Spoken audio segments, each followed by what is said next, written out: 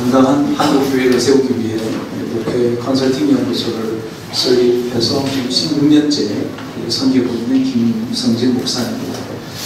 이렇게 환영송 해주시니까 굉장히 어색한 거 이런 거 혹시 아세요?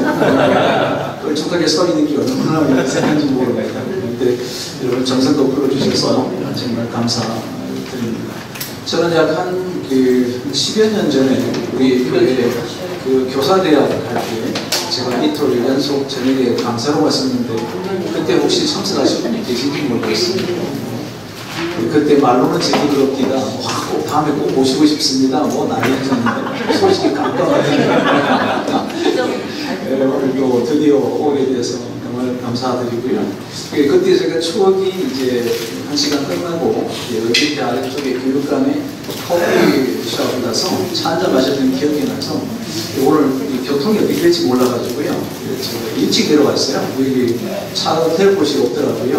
다시 한 바퀴 돌아서 교육관 쪽에 거기 주차하고 차 마시러 가려고 했는데 그래도 주차를 못하고 다시 뱅글 돌아서 이제 북중인가 여기다가 차를 파킹하고 그 차 마시고 대기하려고 막 걸어 내려갔죠. 갔더니 없어졌어요.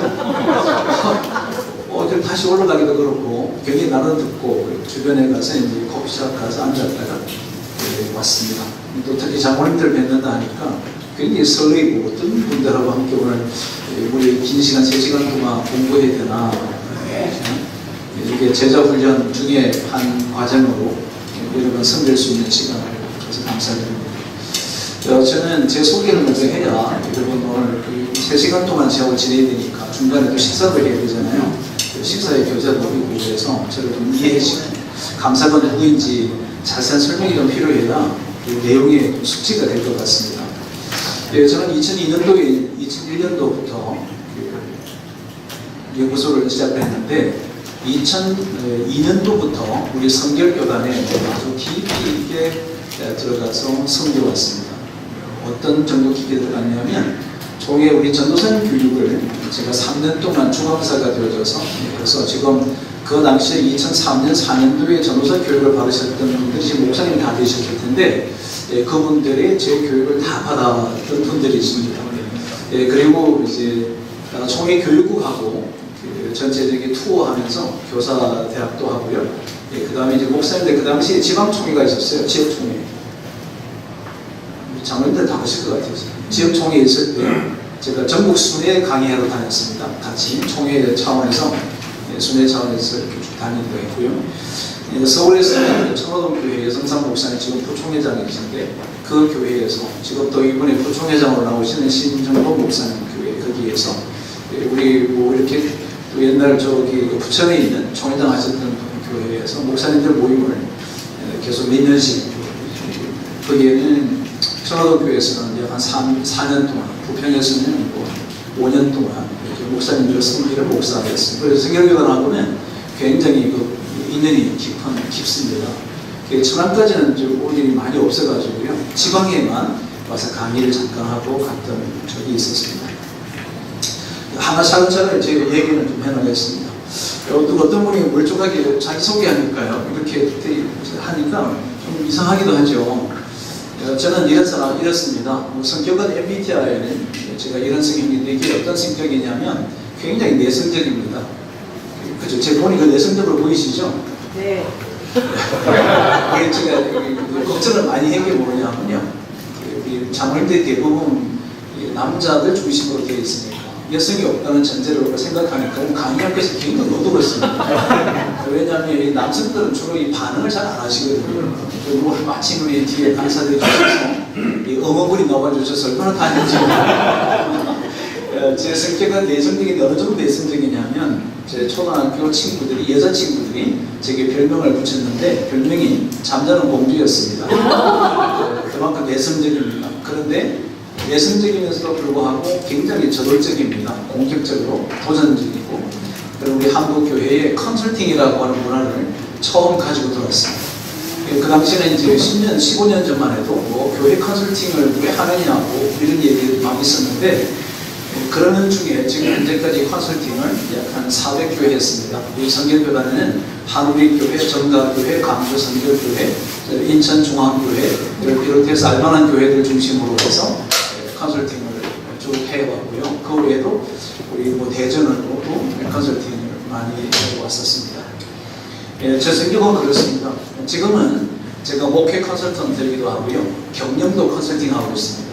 크리스찬 기업들 경영 컨설팅 자격증을 가지고 있습니다. 그래서 이런 일도 이제 가끔씩 하고 있고요. 주로 이제 강의를 많이 하고 있는 편입니다. 제가 이제 학군 ROTC 출신인데요. 아까 우리 또 장로님 한 분이 인사를 하는데 제가 선배님 되시더라고요.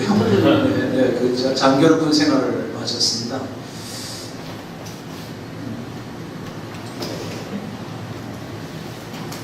지금 강의하기는 다 했던데요.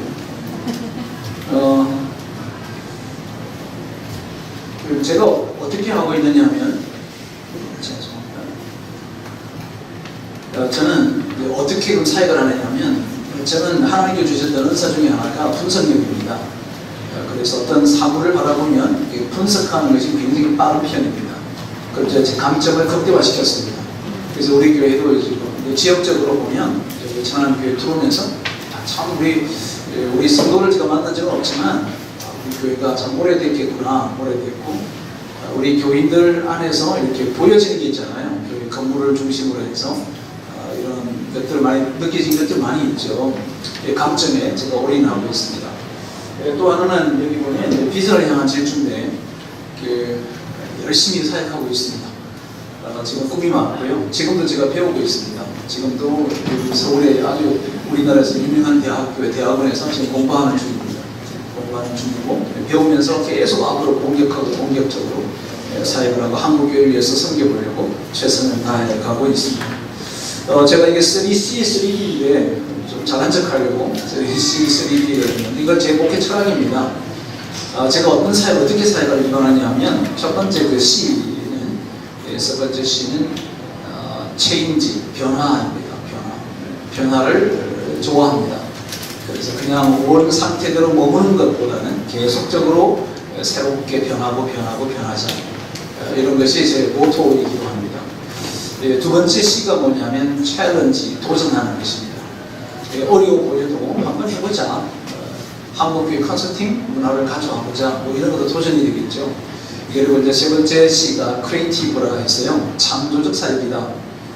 계속 새로운 것을 해보는 거죠. 제가 실제로는 우리 기업 합병하는 M&A라고 하는 게 있는데 제가 그 M&A 그래서 자격증도 가지고 있습니다. 가서 공부해보죠. 왜냐하면 창의적인 사역을 해야 되니까 우리 한국교회가 지금 중소형교회가 굉장히 어렵습니다. 앞으로 아마 2020년도가 되면 교회들이 통합해야 될 일이 많이 생길 것 같아서 미리 제가 준비하려고 창조적 사역을 해야 되고 교회 통합을 위한 사전적 준비를 해봤습니다. 그 3D가 있는데요. 이 D가 뭐냐면 첫 번째 그 D는 디플런트가 다르다는 것입니다. 제가 우리 천안 성결교 오늘 제가 일부 세 번 강의 중에 우리 한국교회에 대한 흐름과 또 우리 교회가 앞으로 이렇게 했으면 좋겠다라고 하는 제 나름대로 뭐 저는 분석을 해받은 건 아닌데 우리 교회에 대한 기대에 대한 것 그리고 그 다음에는 이제 우리 장로님들께서 과연 어떤 분인들이 되셔야 될 것인가 라고 하는 측면에 놓고 이렇게 세 번 나눠서 강의를 해 나가려고 합니다. 디플런트 다르다야 합니다. 이전에 우리 교회가 어떠했는지 간에 앞으로 계속 이 디플런트 다르게 하자. 그렇죠? 그렇게 다른 주변의 교회가 뭐가 다른가? 이전에 우리 천안 성결교회와 뭐가 지금 다른가? 다음 미래는 또 우리가 어떻게 다르게 갈 것인가? 우리 다름에 대한 거죠. 그리고 두 번째 D가 doing입니다. D는 doing은 행해보자는 것입니다. 일단 좀 하고 보자. 믿음은 실제로 행동이 따르는 것이 되어야 되니까 이게 doing이고요. 세 번째 D는 development, 개발하다. 저는 계속 지금 대학원 공부를 지금 계속하고 있습니다. 학위를 공부했는데도 우리나라의 유수한 일반 대학원에 가서 지금 대학원 공부를 계속 하고 있습니다. 강의를 하면서 강의를 배우지요. 왜냐하면 저 스스로 개발하기 위해서 지속적으로 노력을 하고 있는 중에 있습니다. 제가 하는 일을 하고 있습니다. 한 일이 너무 많죠? 많은데 이거는 뭐 참고해 주면 돼요. 지금 우리 연구소가 이렇게 생겼습니다. 제가 연구소 개척을 했는데요. 조그마한 돈을 가지고 잘 모르니까 사람들이 그러다가 이제 지금 현재는 지연구소가 이렇게 세워져 있습니다. 최근에 이제 그 부산에도 저희 연구소가 한 3개 정도 세우려고 예정하고 있는데 한 곳은 이번 8월에 세워지면 전체적으로 한국교회 전체에 많은 지역마다 연구소를 세워나가는 것을 비전을 가지고 지금 계속해서 열심히 사역을 하고 있습니다. 제가 쓴 책들입니다. 지금 출간되어져 있고요. 오늘 방금 목사님과 잠깐 인사하는 사이에 제가 이 책 선물을 드렸습니다. 바로 그 교회라고 하는 책. 그 지역에 바로 그 교회, 어떻게 그 지역에서 이런 교회가 되게 할 것인가, 이것을 올려 쓴 책입니다. 저는 사역을 1988년도에 제가 중위로 제대를 할 때 1984년도에 제대를 했거든요. 그래서 직장 생활하고 조그마한 사업도 하다가 하나님의 특별한 부르심 때문에 인도함을 받고 우리 한국교회 유명한 김장한 목사님 계십니다. 김장한 목사님의 부교업자로 들어가서 거기에 제가 평신도에 있었는데 평신도에 있으면서 전도사가 되고 부교업자가 되어져서 그분을 잘 섬겼습니다. 우리 김 목사님 제가 비서실장했습니다. 행정목사하고 있다가 1993년도에 교회를 개척을 해서 7분을 모시고 개척을 해서 3년쯤에 한 450석 건축하고 목회 열심히 하다가 7년 안쯤에 하나님 또 다른 은사를 중심으로 해서 연구소를 세울 수 있는 기회를 주셔서 후임자에게 넘겨주고 연구소를 세워서 지금 사역을 하고 있습니다. 지난 3년 전에 이제 지금 안식년하고 다시 제 2사역을 지금 하고 있습니다. 이런 사역을 하고 있다는 거고요. 이거는 이제 제가 제 개인적인 타임라인인데 제가 1997년도에 공부하러 나갔다가 거기서 아주 훌륭한 멘토 목사님을 만났는데 이분으로부터 사사를 받고 제가 그분으로 인해서 이제 이 타임라인을 정하자. 그래서 제가 하나님이 어떻게 인생을 저를 살게 해줄지 모르지만 요만큼 산다 그러면 저는 이렇게 살고 싶습니다 라고 하는 것을 계획을 세웠는데 놀라운 것은 이렇게 세웠더니 이대로 지금 살고 있는 거예요. 참 놀랍죠. 그래서 감사하게 생각하고 최선을 다하고 있습니다. 우리 한국교회 교인의 숫자로 합니다. 지금 현재 우리 한국교회가 지난 2014년도에 어떻게 되냐면 786만 명입니다. 이 안에는 이단이 포함되어 있습니다. 이게 굉장히 충격적이죠. 우리나라가 제일 많이 그 교인 숫자가 있을 때가 1988년도입니다. 올림픽 할 때.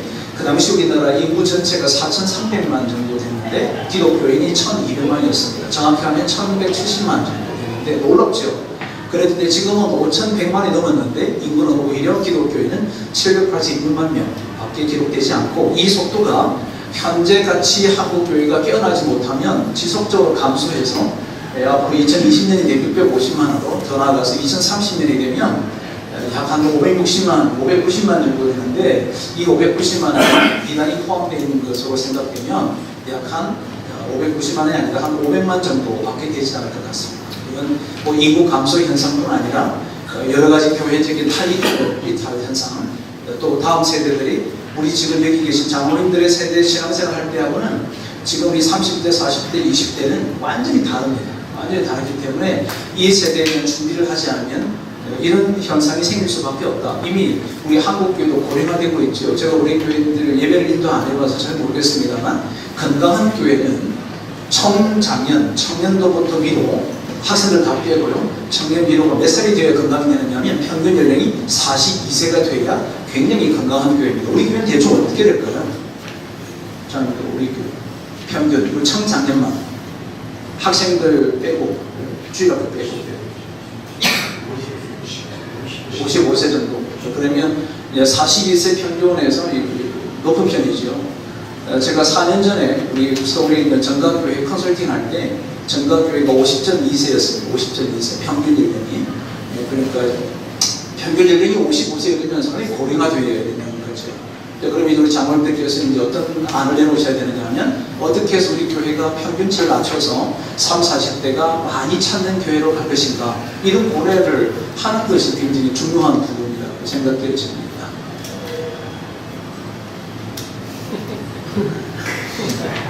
네, 그렇습니다.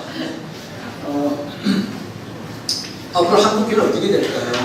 1970년대, 1970년대, 80년대, 90년대, 2000년대 이렇게 부분을 보면 이게 키보드인데 1970년대는 우리 한국교회가 부흥사가 중심으로 돼서 교회가 붐이 일어났습니다. 아마 우리 교회가 어디 세워질지 우리 교회는 역사가 83. 1983년.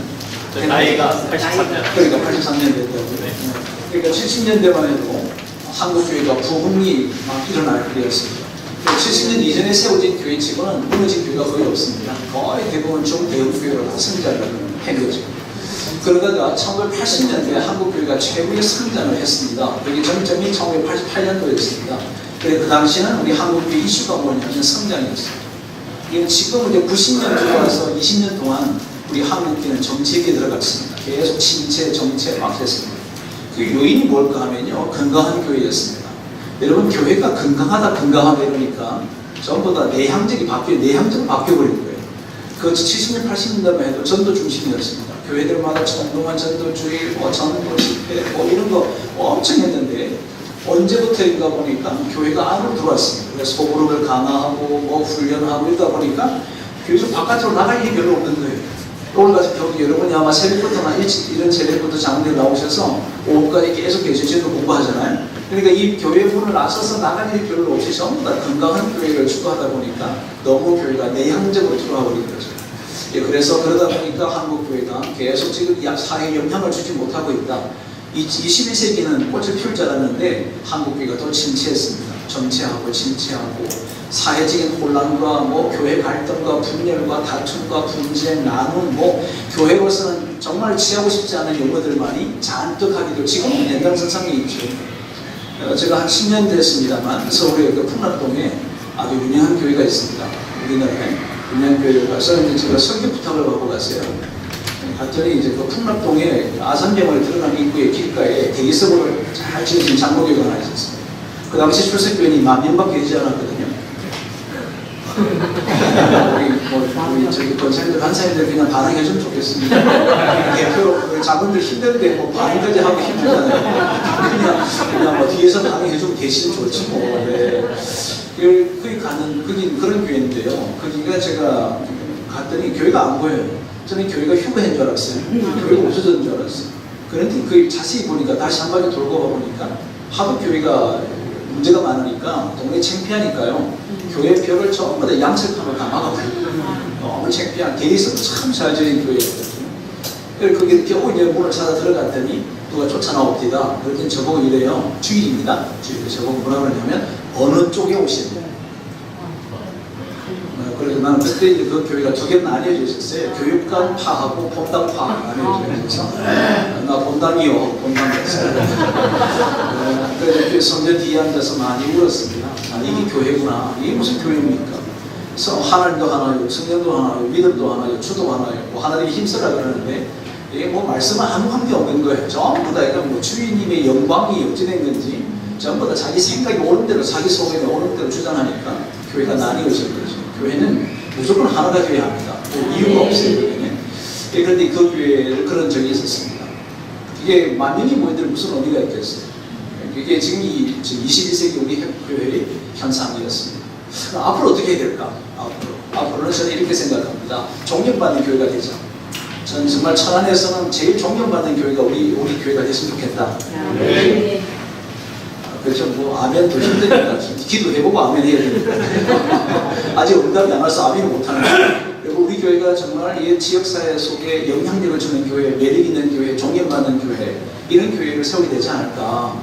우리 교회 역사가 80년이 넘었다. 엄청난 역사잖아요. 역사가 그만큼 되는 것만큼 정말 이 장작으로 해서 할 수 있는 그런 교회가 이 천안 지역에 되어서 상징성이 있고 영향력을 주고 존경받고 매력이 있고 이 교회를 통해서 많은 교회들이 그 영향력을 가지고 그들이 여기서 공급되는 영적인 에너지와 여기서 모델되어지는 교회 모습을 바라보고 이 수많은 교회들이 새롭게 일어날 수 있는 그런 역할을 우리 교회가 했으면 좋겠다. 반응을 가지면서 이런 강의를 준비해드렸습니다. 매력 있는 교육 공동체는 도대체 어떻게 해야 될 것인가?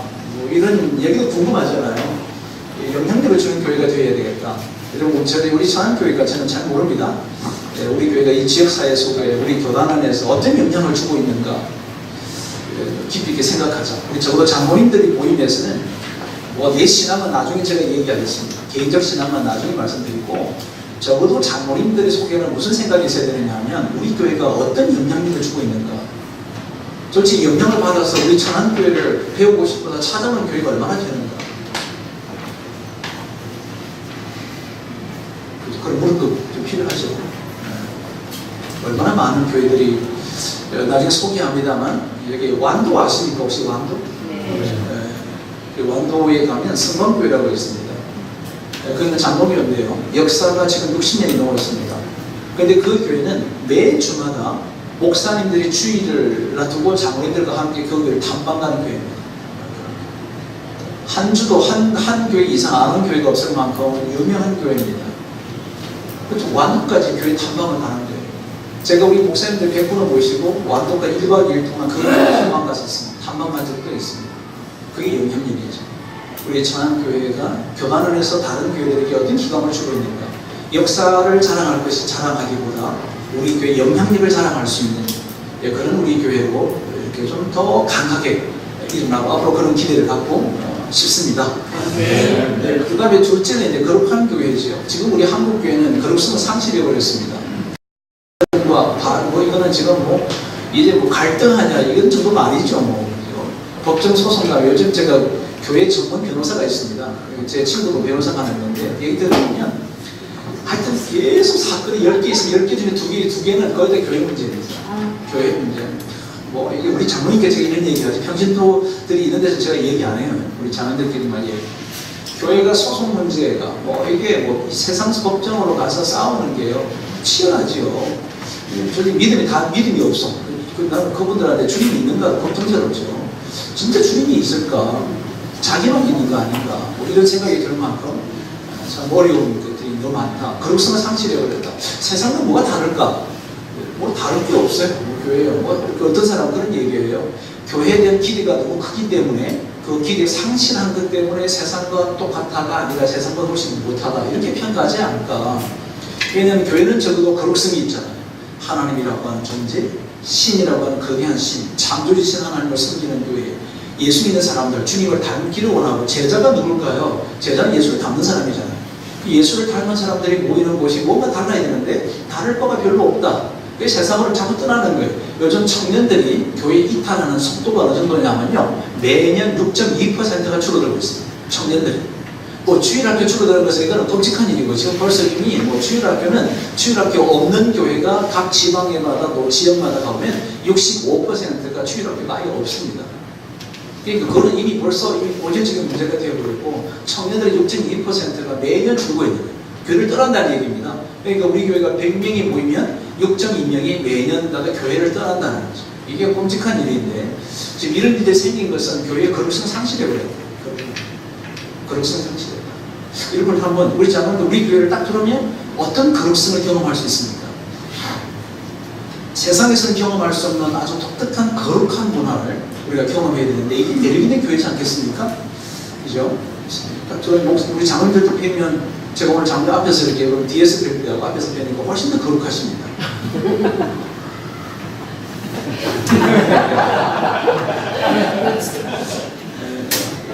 교회는 그렇게 해야 합니다.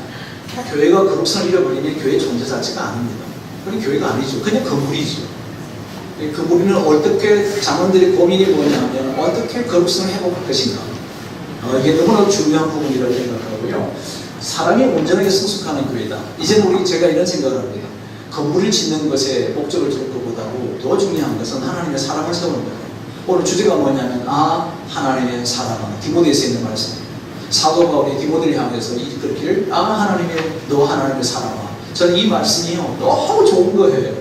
누가 저를 부를 때 목사님보다도 목사님 배우면 하나님의 사랑으로 보입니다. 하나님의 사랑이 같아. 이 얘기 들으면 얼마나 좋아요. 장들 뵈니까 다 하나님의 사람들이십니다.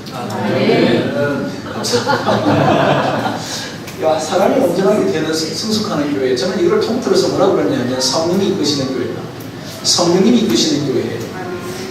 그죠? 성령님이 이끄시는 교회. 이거 어떤 성령이 이끄시는 교회는 어떤 교회일까? 조금 설명해 나갈 건데요.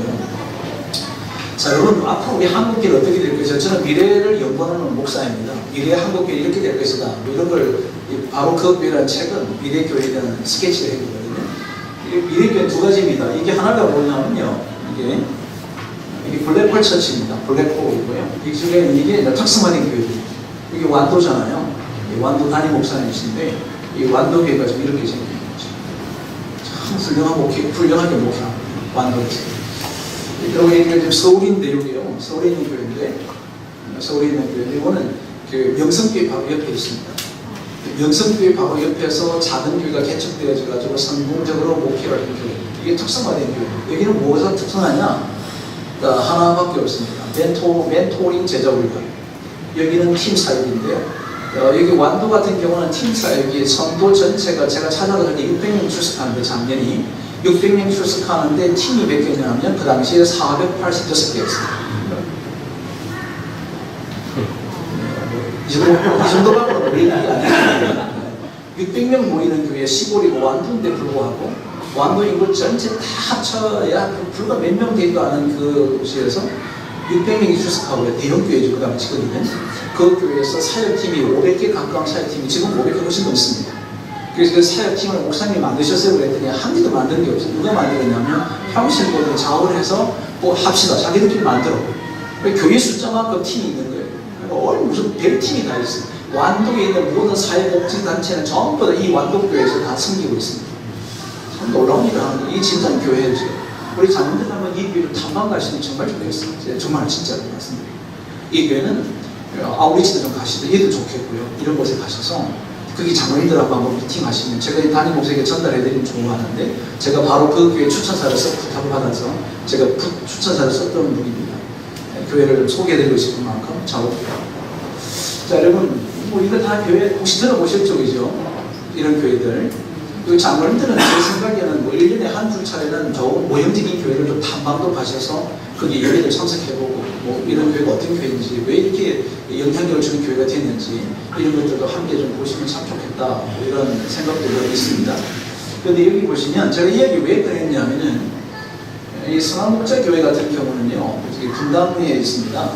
분당에 있는데 그 성남 분당 끝자락에 있습니다. 이 교회는 교회 자체가 굉장히 어려웠던 교회입니다. 정인 목사님이 전광 목사님이라고 계신 분이 이 교회 건축하다가 부도가 났습니다. 그리고 언덕바지 위에다가 크게 순환도로 타고 내려오면 다 보이는 교회인데 그게 공사가 안 된 상태로 10년 동안 그렇게 묶여져 있는 교회를 담임 목사가 부임해서 그 빚이 엄청 많은 교회를 부임해가지고 이 교회의 이슈가 뭐냐면 이거예요. 나는 죽고 예수로 산다.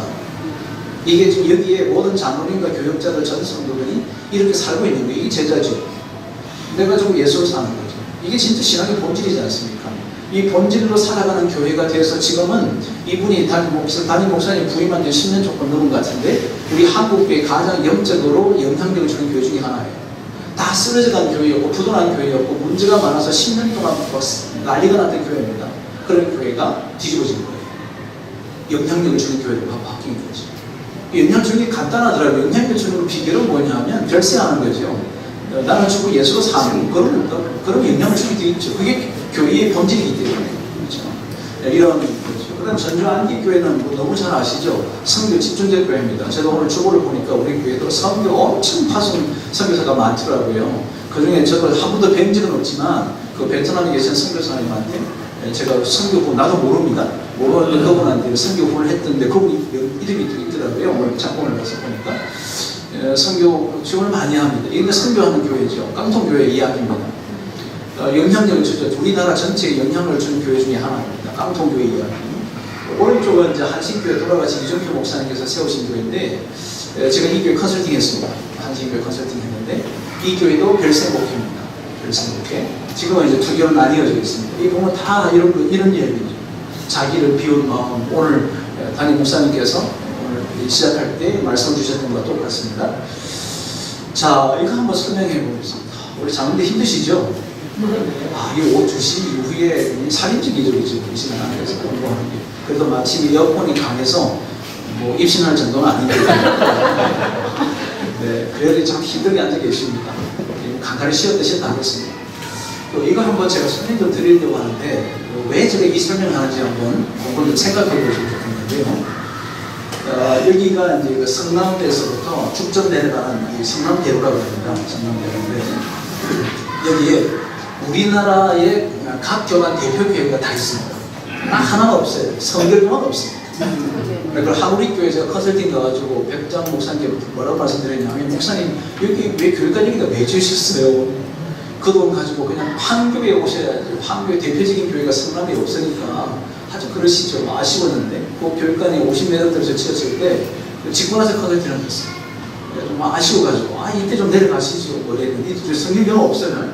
마침 거기 저기 서울 여기 보니까 분당에 하나가 있었거든요. 그 교육관 기도원이 하나 있었는데 그거를 소위 건축한다고 성경교회에서 그걸 매각해버렸습니다. 통합적으로 매각이 됐던 교회가 아니에요. 그러면서 이제 알만한 교회 성결교단이 없어지고 있는 거예요. 자, 여기 보시면 선한목자교회가 여기가 별세목회입니다. 그렇죠? 내가 중고 예수를 산다 제자훈련하는 교회죠. 조금 내려가 보면 할렐루야 교회는요, 이 안에는 수영장이 있습니다. 우리 여성들 계시니까 여쭤볼게요. 교회 안에 수영장 정도에서 우리 권사님들 비키니 이런 거 보려고 했겠어요? 그게 아니고요, 지역민들이 공격했다는 거죠. 그러니까 헬스장 운영합니다. 그러니까 뭐 에어로빅도 하고 교회가 지역과 함께 숨통을 트겠다는 것이죠. 그런 목적이 있는 교회입니다. 김창범 목사님이고요.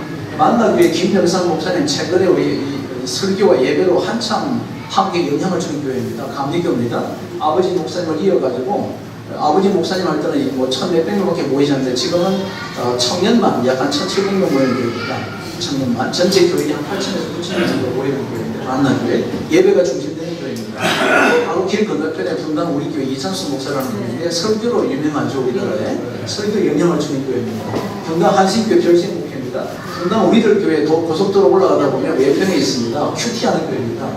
샘물교회 그 유명한 아프가니스탄의 순교자를 선교하는 교회입니다. 순복음교회 기도하는 교회 제3성전이고요. 조금 내려오면 이동훈 목사님 개척하셨던 지구촌 교회가 셀교회가 있습니다. 자, 여러분 같은 게 있습니까? 아무것도 없습니다. 다 특성이 다 다릅니다. 이 말은 뭐냐? 우리 천안성결교회가 특성이 뭐냐는 거죠. 브랜드가 뭐냐? 우리 교회가. 여러분 이 천안시에서 어떤 교회냐? 이게 굉장히 중요하다는 거죠.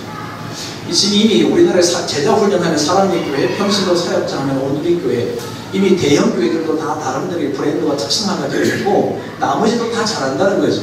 그렇다면 오늘 우리 장로님께서 제자 훈련하는 가운데 우리 교회가 앞으로 어떤 이미지를 갖고 브랜드를 만들어야 될 것인가, 이거는 지금 한국 교회에 굉장히 중요한 이슈라는 부분입니다. 자, 우리 여러분이 한번 진단해 보시죠. 우리 교회 어떤 교회인가? 우리 교회는 교회는 제가 분류를 4가지로 분류합니다. 개인교회, 독립교회, 지역교회, 강력교회가 사이즈와 관계없습니다. 잘 들어보십시오. 개인교회는 뭐냐면 담임 목사 설립자를 담임 목사 중심으로 가는 교회입니다. 담임 목사가 우하면 그 교회가 우하고 뭐 이렇게 되는 교회죠. 담임 목사님의 어떤 영향이 있고 커져요. 그런 교회인데 사이즈와 관계없이 이 교회는 그냥 개인교회입니다. 독립교회는 뭐냐면 그 동네 안에서는 그냥 알려져 있습니다. 그냥 편안하게 좋은 거예요. 그냥 좋은 게 좋은 거고 뭐 특별히 뭐 애쓰지도 않고 그냥 이만하면 되니까 우리 교회도 해질 1년에 1,200명 이상 모이면 이만하면 뭐 충분하잖아요. 편안하고 조용하고 안전하고 뭐 불러갖고 뭐 그냥 그만 있으면 좋다. 그러면 그건 실제적으로는 사이즈와 관계없이 동네교회에 해당됩니다. 지역교회는 조금 넓죠. 역동성이 있습니다. 여러분 지역교회는요, 제가 어떤 교회든지 딱 들어가 보면 그 교회는 힘이 있습니다. 우리 교회 지금 힘이 있어요. 그렇죠? 힘이 있습니다. 광역교회는요, 교회가 천안에 있는데 이건 주변의 도시에서 우리 교회를 몰려오는 거죠. 뭔가 있어요. 끌림이, 성령이 이끄시는 거예요. 성령께서 이끄시는 것이 느껴지는 거죠. 조금 전에 제가 보여드렸던 이 교회들요, 이 교회들 전부가 성난 사람들 모를까요? 아닙니다. 이 지구촌교회 새벽기도 가면은요, 특별 새벽기도 가면은 일스만에서 1시간 10분 동안 차로 새벽에 1시간 10분 걸리는 곳에 셀 그룹들이 와가지고 예배기도 합니다. 특성화로. 그러니까 이미 완벽합니다. 전체 다 퍼져 있는 거예요. 다 퍼져 있는 거예요. 그런 측면에서 볼 때 우리 교회는 어디 일하는 데죠? 제가 잘 몰라서 그랬어요. 지역교회, 지역교회, 좋은 교회, 역동성. 사이즈 볼 때는 1,200명이면 여기 있어야 됩니다. 사이즈는. 성결교단에서 1,200명이면 대역교회죠. 일반적으로 한국교회 장로교 다 포함시켜 1,200명 하면 보통 500에서 1,500 사이를 중립교회라 그러고 1,500 정도 이상 되는 대형교회를 분류하는데 성결교단 자체가 초대형교회가 많이 없기 때문에 1,200 정도 모이면 대형교회에 속합니다. 그럼 우리 천안교회는 역사적 사명이 뭐냐면 광역교회가 되셔야 되는 거죠. 정말 이 지역을 더 넓게 퍼져서 가장 모형적인 교회, 모델 교회로 우리 교회가 계속 거듭나고 새롭게 뻗어나가야 한다. 이런 생각을 제가 갖게 되어졌습니다.